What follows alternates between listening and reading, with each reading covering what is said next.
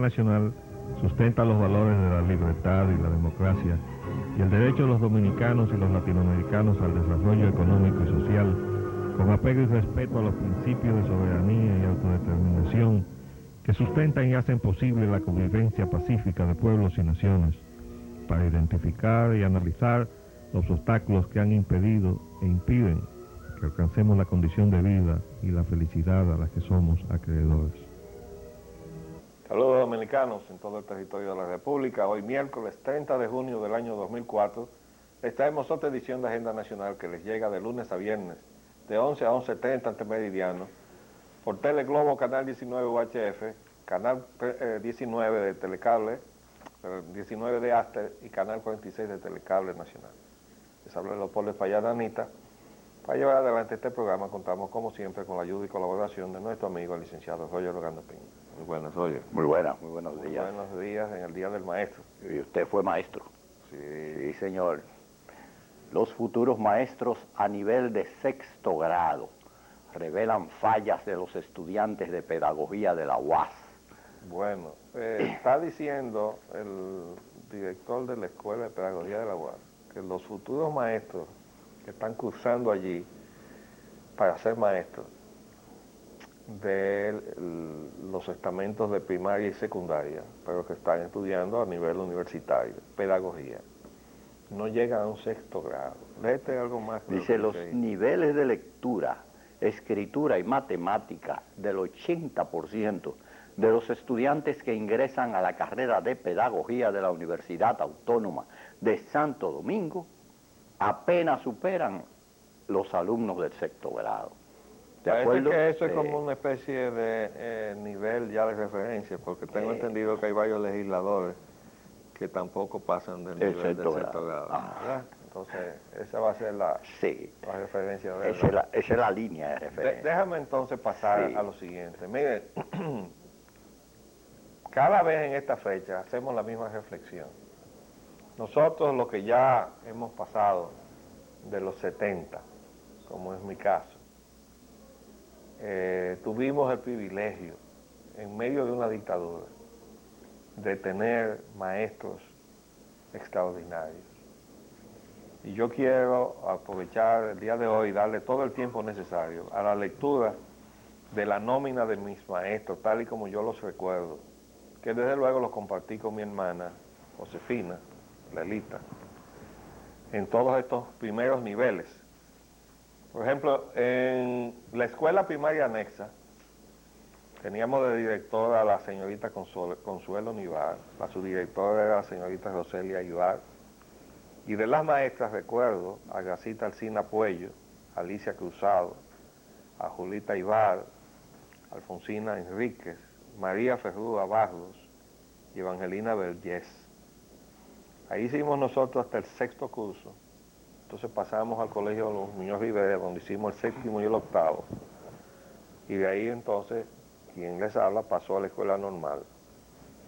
En los años del 41 al 43, recuerdo que el director era Félix Rodríguez Quiñones, la subdirectora era su esposa, Elvira Medina de Rodríguez, y los maestros, recuerdo a Patricia Medina, que era hermana de la directora, a Monina Cámpora, que daba la música.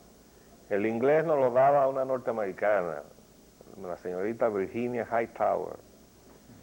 Entonces recuerdo a la señora, yo no recuerdo bien el nombre, Alsace de Pacheco, y hay otra maestra cuyo nombre no hubo forma de que yo pudiera sacarlo del disco duro, por lo menos en este primer intento. Pero yo voy a completar esa nómina. Después en la escuela normal, oigan esta nómina. Ya esa era la escuela pública, lo que usted mencionó era el colegio privado. No, la escuela primaria era pública. La escuela anexa. Era pública. El colegio Luis Muñoz Rivera sí era privado. Sí, era privado. Entonces entramos a la escuela normal en el año 43, ¿verdad? El director era el señor Enrique Martí Ripley y el subdirector era Ángel Mieses Lajara.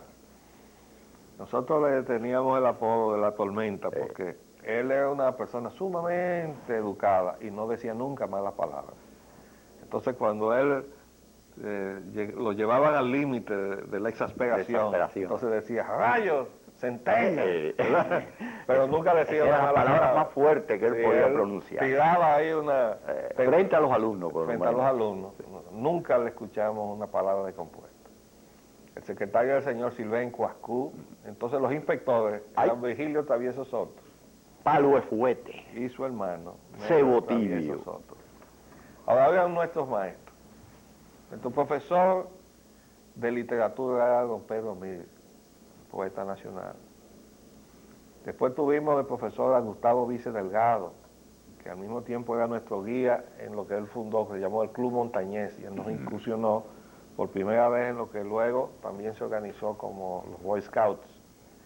Tuvimos del profesor también a Carlos Curiel, al ingeniero Luis Felipe Lamarche Soto. Nuestro profesor de lenguaje era Enrique Patín Maceo, miembro de la Academia de la Lengua Española.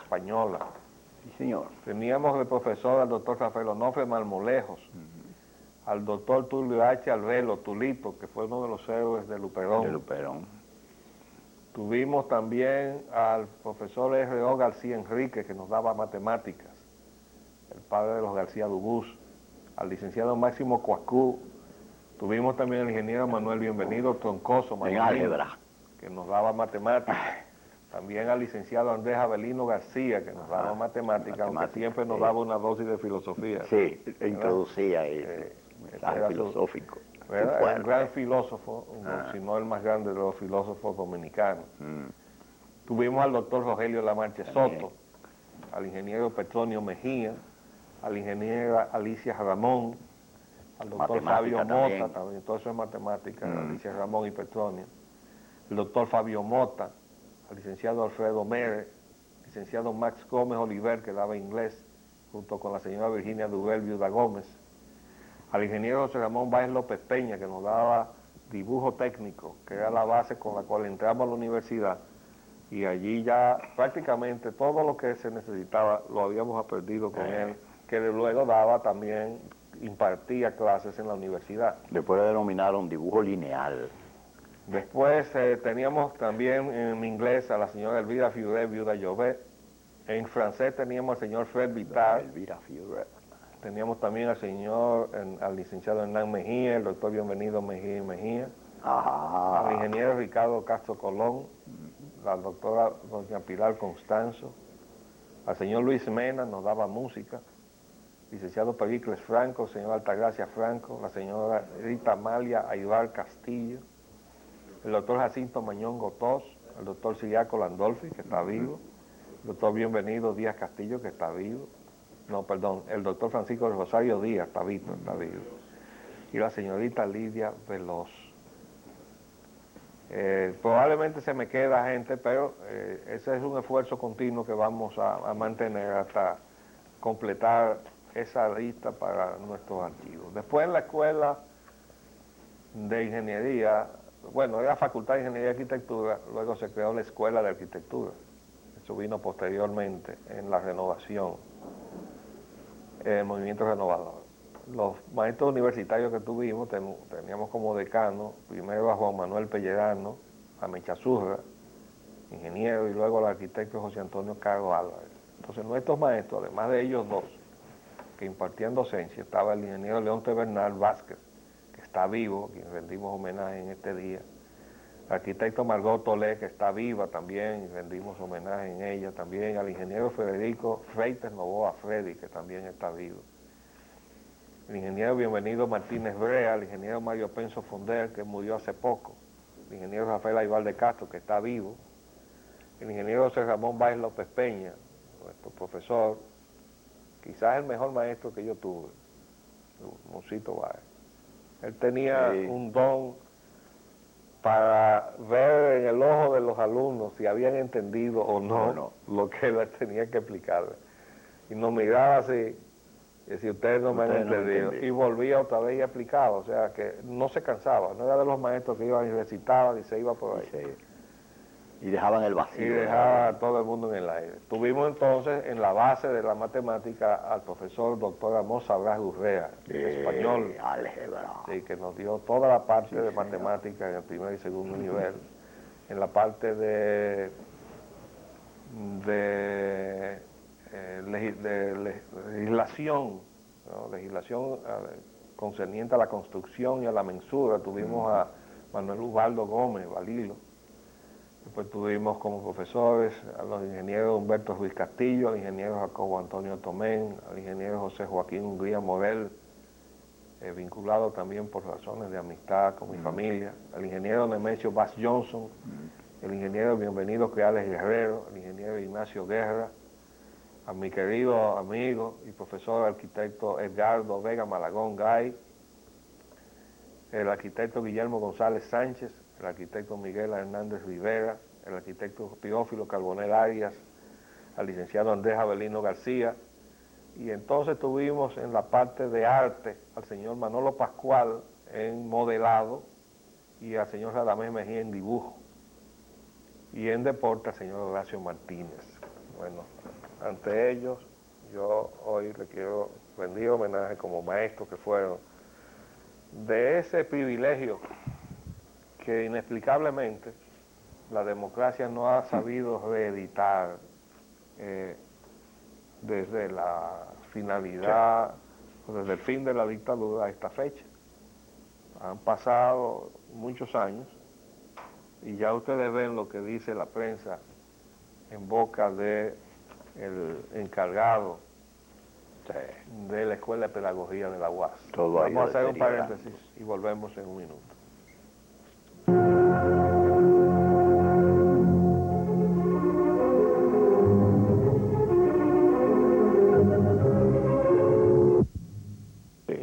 Bueno, para darte oportunidad, Roger, de que tú también te refieras a este asunto, yo no puedo dejar de decir que mis padres, el doctor Ramón Antonio Espaillá Genao, antes de ser médico y luego militar, fue maestro. Y también fue inspector de instrucción pública, como se llamaba entonces, en la zona de Jánico, Las Matas. Era compañero de Ramón Emilio Jiménez, el poeta, y también de Cuchico Jiménez, el abuelo del actual secretario de las Fuerzas Armadas.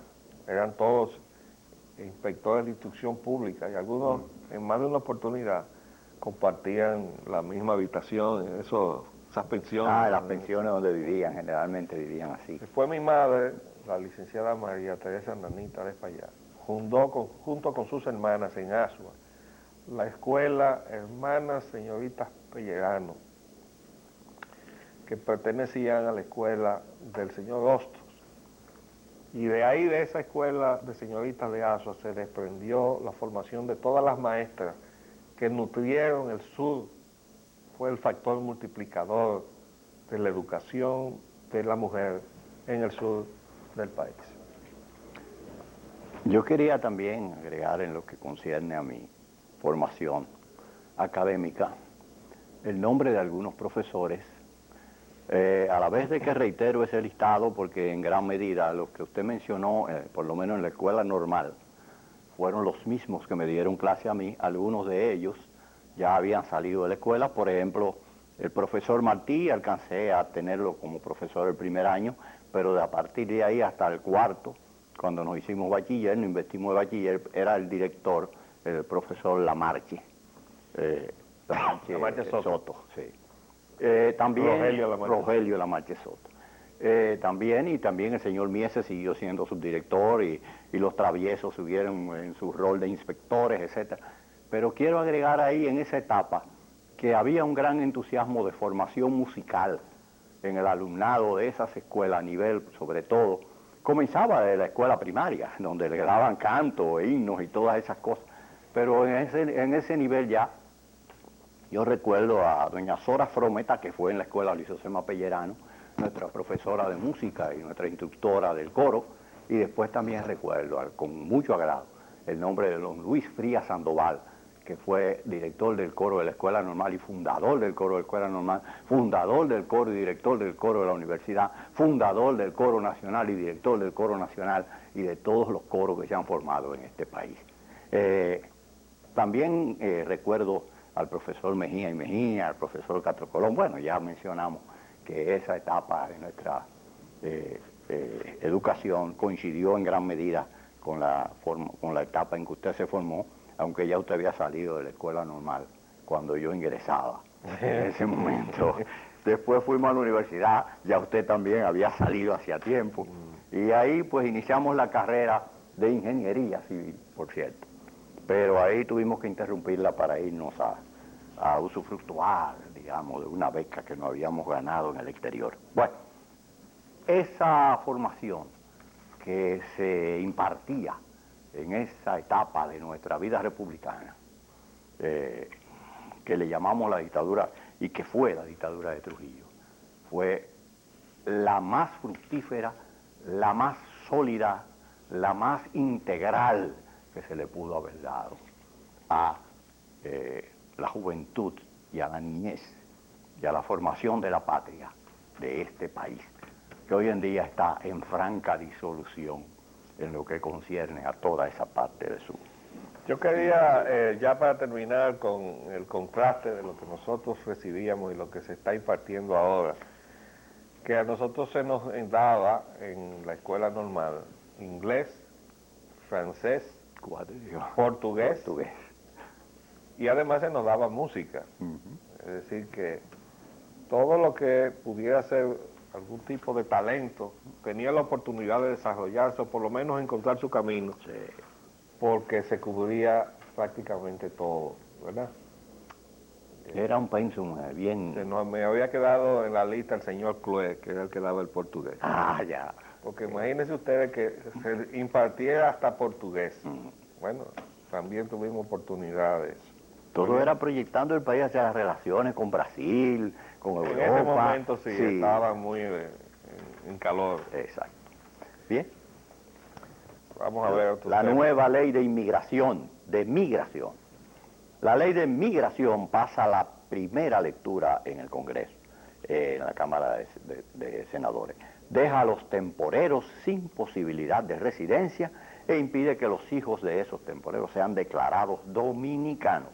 Bueno, yo quiero mostrar nuestra complacencia por el hecho de que se haya logrado modificar ese mamotreto que había depositado en el Congreso Nacional el entonces canciller, señor Hugo Tolentino, que desde luego tiene que haber contado ahí con toda la ayuda del señor Rubén Silié y su entidad Flaxo, que son entes de la haitianización de la República, con el aporte valioso de algunos juristas y con las inquietudes que nosotros mismos llevamos, el de que se incluyera en el texto el acuerdo firmado en Washington en enero 31 de 1938 que rige las relaciones en torno a la frontera entre República Dominicana y Haití, no puede ser ignorado más tiempo, porque eso está vigente, aunque lo hayan querido olvidar, y está la reafirmación de la soberanía de la República, que no puede ser ignorada si usted no quiere liquidar la nación. Y yo creo que la mayor parte de los dominicanos estamos opuestos a eso, aunque haya una minoría que esté dispuesta a cualquier cosa, con tal de que le den lo suyo, ¿verdad? Vamos a seguir. Preocupaciones y amenazas del presidente de la Suprema Corte de Justicia. El señor Subero advierte sobre intentos de convocar al Consejo Nacional de la Magistratura. Admite que la corrupción es una asignatura pendiente de aprobación en el Poder Judicial.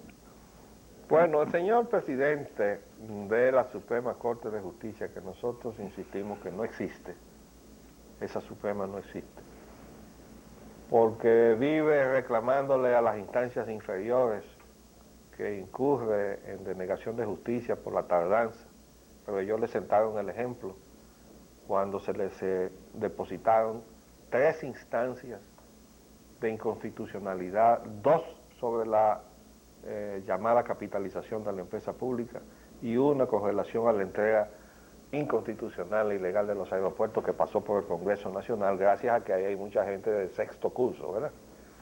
Y corrompidos en su gran mayoría.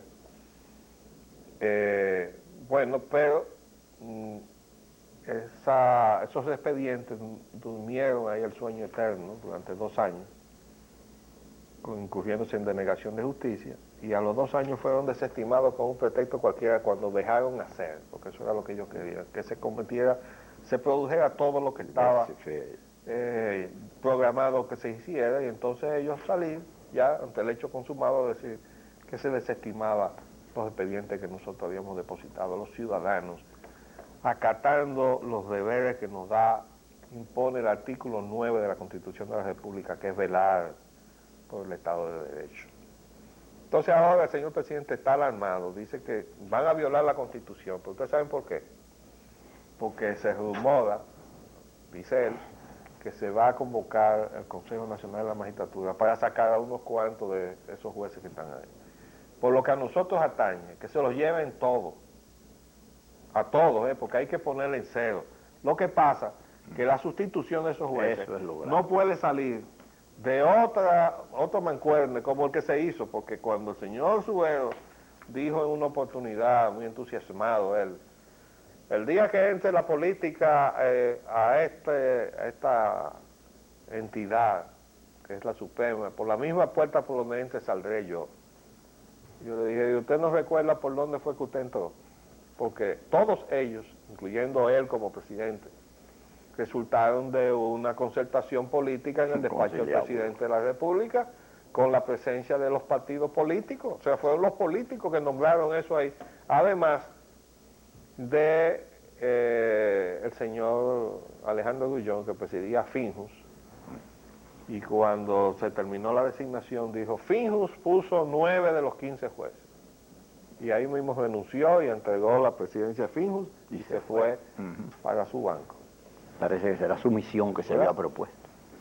Y así se montó ese aparato que está ahí, que ahora está preocupado porque se pueda violar la Constitución de la República. Pero aquí se ha hecho absolutamente todo violando la Constitución. Y esa gente no despierta, parece que están dormidos. Sí. Lo que yo recuerdo que se actuaron muy rápidamente fue en un momento en que se puso como sobre el tapete si ellos eran o no vitalicios. Fallaron en menos de una semana. Sí. Sí, ahí recuerdo. Parece que ahí tiene buena memoria. La respuesta, ¿verdad? El tiempo de respuesta. Había que acelerarlo. Sí. Y hablando de Supremas Cortes y de Cortes Supremas, Estados Unidos y el respeto al Estado de Derecho. La Corte Suprema de Estados Unidos propina un duro revés a George W. Bush. Bueno, eso es que lo que había caracterizado la actuación del gobierno de los Estados Unidos desde que se produjeron los horrorosos atentados del 11 de septiembre fue lo de ignorar totalmente todo lo que era el respeto a los derechos de la persona humana, todas las estipulaciones que regían la actuación de una investigación o de lo que fuera en términos de una situación anormal como la que se estaba produciendo. Pero acaba de fallar la Suprema Corte de Justicia diciendo que aún en las situaciones de guerra tiene que respetarse la ley. Lo que el Departamento de Justicia de Bush había violado. Y así tiene que ser, porque si no Estados Unidos deja de ser lo que era. Claro. Y si Estados Unidos deja de ser lo que era, sencillamente deja de ser lo que era. Con todo lo que eso implica. Entonces, yo saqué también del internet el editorial del New York Times, reafirmando la vigencia de la ley. Reafirmando la vigencia del rule of law. The rule of law. ¿Verdad? Eso quiere decir que ahí hay respeto al Estado de Derecho. Ojalá nosotros poder decir lo mismo, pero que no lo podemos decir respecto de la Suprema Corte de aquí. Y fue una decisión, un fallo dividido, pero lo dieron. Un 3-2. Irak. Alawi pide unidad para combatir terror y construir un nuevo Irak. Bueno, señor Alawi, primer ministro de Irak, tiene la desventaja de que llegó con un récord. Bueno, dice aquí en un editorial, una secreta transferencia en Irak, que ese señor, que era un colaborador antiguo baatista, ¿no? Del mismo partido de esa... de Saddam Hussein se había pasado la mayor parte de las 3 últimas décadas exiliado en Londres, el último de cual, o sea, de la última década, bajo pago por la CIA. Colaborador. Entonces dice aquí, está de más decir que este no es el tipo de resultado que la nación norteamericana había vislumbrado cuando se enviaron nuestras fuerzas a liberar a Irak el año pasado. Bueno, se nos acabó el tiempo por el día de hoy, pero volveremos mañana si Dios así lo permite, de modo que otra vez nuestro saludo a los maestros dominicanos, a los buenos maestros dominicanos. Hasta mañana, si Dios así lo permite, les hablamos Leopoldo Espaillat Nanita Y Roger Ogando. Hasta luego.